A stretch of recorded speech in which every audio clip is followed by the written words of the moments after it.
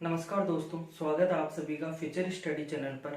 और आज हम बात करते हैं एफकेट सेकंड पेपर के लिए। देखो, एफकेट का नोटिफिकेशन आ चुका है और एफकेट के लिए आप अप्लाई कर सकते हैं। आपके लिए ये मान लो आर्म्ड फोर्सेज में जाने का बहुत सुनहरा मौका रहता है। जैसे कई स्टूडेंट्स के मन में ऐसा रहता है कि हम इंडियन एयरफोर्स में सर्व करें, तो उनके लिए एफकेट ऑफिसर लेवल पे एक बहुत ही बेहतर अपॉर्चुनिटी है। तो देखो, मैं यहाँ लिख देता हूँ आपके लिए कि आपके लिए एफ कैट सेकेंड जो है 2020 का, उसका नोटिफिकेशन आ चुका है। एफ कैट सेकेंड का नोटिफिकेशन आ चुका है और इसमें आपको पता होना चाहिए कि इसकी जो स्टार्टिंग डेट है, अपन स्टार्ट की बात करें तो वो 15/6 से होगी स्टार्ट। ये जो फॉर्म्स आपके फिलअप होंगे 15/6 से होंगी और जो आपकी लास्ट डेट होगी फॉर्म फिलिंग की और पेमेंट करने की, वो होगी आपकी 14/7 मतलब 14 जुलाई। क्लियर? तो इस चीज का आपको ध्यान रखना है। अभी आपका स्टार्टिंग डेट है 15 जून आपकी, और आपकी जो लास्ट डेट है वो है 14 जुलाई। तो आपको इस चीज का ध्यान रखना है। और जो एग्जाम होगी, एग्जाम डेट अभी कह रहा हूं मैं, जो आपकी एग्जाम डेट होगी वो पहले से फिक्स होती है यहाँ पर। और एग्जाम डेट आपकी सितंबर में दी गई है। कब दी गई है?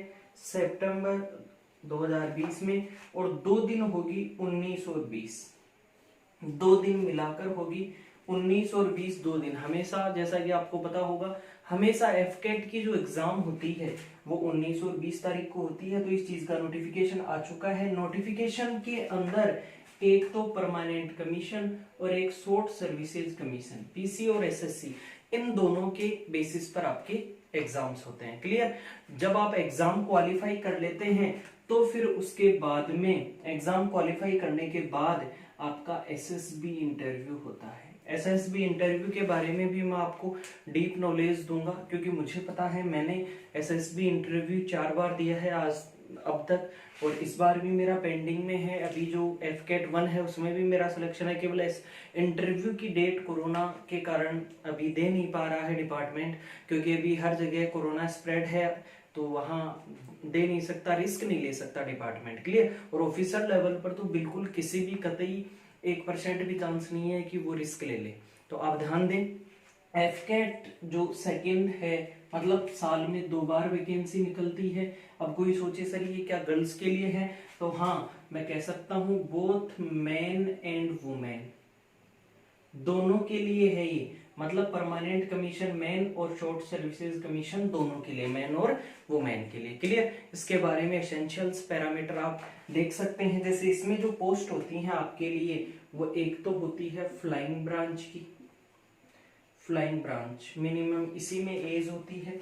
एक होती है आपके पास ग्राउंड ड्यूटी, ग्राउंड ड्यूटी जिसमें आपके पास टेक्निकल और नॉन टेक्निकल दोनों होते हैं, ग्राउंड ड्यूटी। और आपके पास 2-3 प्रकार की, एक अकाउंट्स विभाग की या अलग अलग पोस्ट निकलती हैं इसमें। तो आप ध्यान रख सकते हैं, अगर आपके कॉमर्स या अदर कोई सब्जेक्ट है तो भी आप एलिजिबल हैं इसके लिए। क्लियर? तो ध्यान दें, बहुत अच्छी वैकेंसी है, बहुत सुनहरा मौका है ये। मान लो गजिटेड पोस्ट है, जैसे आईएएस आईपीएस की पोस्ट होती है उसी प्रकार से आर्म्ड फोर्सेज में गजिटेड पोस्ट है। और ये मान लो आपके लिए एक सुनहरा ऐसा मौका है कि आर्म्ड फोर्सेज में सर्व करें। इतनी रेस्पेक्ट और हर इनकम भी बहुत हाई सैलरी होती है, और आपको जो वेतन भत्ते हैं वो भी बहुत अच्छे मिलते हैं। तो ये चीज़ आप ध्यान दें। मैंने खुद ने इंटरव्यू में, मैं 5 दिन मैसूर रहा था, तो वहाँ का रहन सहन, सारी चीज़ें, ये मान लो आपके आगे आने वाली पीढ़ियों की किस्मत तक आज बदल जाएगी, उनकी हालत तक आज बदल जाएगी, उनकी मतलब थिंकिंग ही बहुत ज़्यादा इम्प्रूव हो जाएगी। क्लियर? तो इसलिए आपको इन चीज़ों का ध्यान रखना है। बाकी इसके बारे में मैं थोड़ा सा आपको बता देता हूँ कि यहाँ क्या क्या है, पोस्ट कितनी है। देखो, टोटल शॉर्ट सर्विसेज कमीशन में 74 पोस्ट है। शॉर्ट सर्विसेज कमीशन में कितनी पोस्ट है? टोटल 74 शॉर्ट सर्विसेज कमीशन में। क्लियर? इसमें से परमानेंट कमीशन में 40 है। जैसे अलग अलग है, फ्लाइंग में, फ्लाइंग में है ये किसमें है? फ्लाइंग ब्रांच में। मैंने लिखा ना अभी branches, flying branch, ground duty हुआ, एक मेट्रोलॉजी डिपार्टमेंट है, इसमें अलग अलग प्रकार से ये करवाता है एग्जाम। अब देखो इसके अलावा अगर बात करें तो इन्होंने पूरा दे रखा है फिजिकल मेडिकल सारी चीजें, वो एसएसबी इंटरव्यू के बारे में, पे ग्रेड भी दे रखा है, अलाउंस के बारे में भी जानकारी दे रखी है आपको। लेकिन ध्यान रखें आपकी बॉडी पर एक भी टैटू नहीं होना चाहिए। पहले ही वो इंटरव्यू पर जब फर्स्ट डे आप वहाँ रिपोर्ट करते हो तो वो खुद आपसे पूछते हैं कि किसी की बॉडी पर कोई टैटू है या नहीं है। तो इसलिए अभी मैं एसएसबी इंटरव्यू के भी अलग अलग लेक्चर लेके आऊंगा कि एसएसबी इंटरव्यू में क्या क्या होता है, क्या अप्रोच आपकी होनी चाहिए, वो भी अपन बात करेंगे। ठीक है। स्पोर्ट्स एडवेंचर्स, टैटू या मैरिटल स्टेटस, आप मैरिड हैं अनमैरिड है, इसकी भी 25 साल से अगर आपकी उम्र कम है तो आप अनमैरिड होना कंपलसरी है। क्लियर। अगर आप मैरिड हैं तो फिर आप फॉर्म फिलअप नहीं कर सकते, वहां जाते ही आपसे पूछ लेंगे।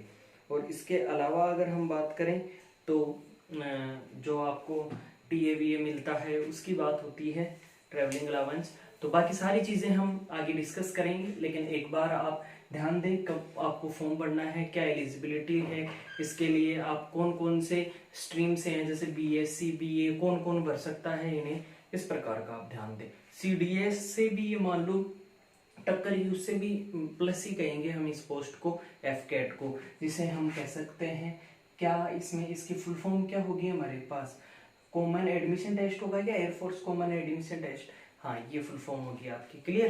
तो ध्यान रखें इस चीज़ का। बहुत बहुत धन्यवाद। Thank you so much. Have a nice time. Enjoy yourself. और एयरफोर्स की एक बात आप हमेशा याद रखें, touch the sky with glory.